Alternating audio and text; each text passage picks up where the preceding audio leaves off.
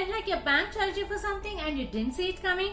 This video is for you. Stay with me till the end of the video and I promise you that you will know all about the service fees banks charge and how to avoid them. Hi everyone, I'm Maishri from Clear. We are India's largest tax and financial services platform where we have served more than 6 million tax filers.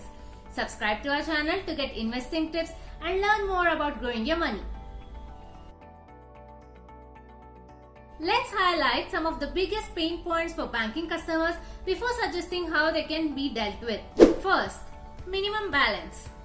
Several big banks require customers to maintain a minimum account balance or pay a penalty. The minimum balance implies average minimum balance over a set period, usually a quarter or a month.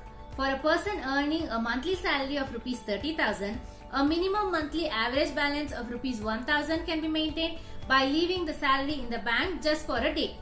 This may not be a big issue for most people, but would pinch those with a lower surplus. Second, cash handling. The pre-demonetization restrictions on cash transactions have been brought back.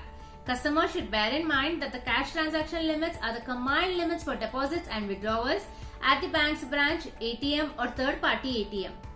Customers will be allowed around 10 free transactions per month, including non-cash transactions such as checking the account balance at an ATM. Third, other charges. Customers also pay for SMS alerts, debit and credit card, online transactions, NEFT, RTGS, IMPS, issuing extra check leaves, issuing a demand draft, besides levying penalties in case of a bounce check or insufficient funds in the case of an ECS mandate. In the wake of the banks justifying the service charges, how can you make the most of the situation? Is the explanation making sense? If it is, write clear in the comments below. First, downgrade your account. If you are not able to cope up with the minimum balance requirement, you may opt for a basic savings bank deposit, that is BSBD. However, these accounts come with restrictions. For instance, some banks allow only 4 free withdrawals in a month, including ATM withdrawals. Second, use cash alternatives. If you believe in withdrawing only small amounts at a time, you can take help of mutual funds which come with an ATM facility. Not only will investing in debt funds offer better returns than a savings bank account, you won't have to pay any fee to withdraw money from them. Third, don't ignore bank intimations. Most banks send SMSs or emails before increasing the service charges. Make sure your email and phone number is updated with the bank. Also, do not ignore the messages from your bank. If you know what the bank is doing, you won't wake up to rude shocks. You also need to read your monthly or quarterly bank statements carefully.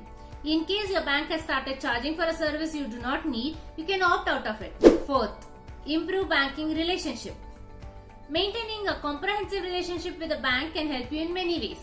If you have multiple relationships, savings account, loan account, credit card, investment account, etc. with a bank, you can approach your bank manager for reduction in charges.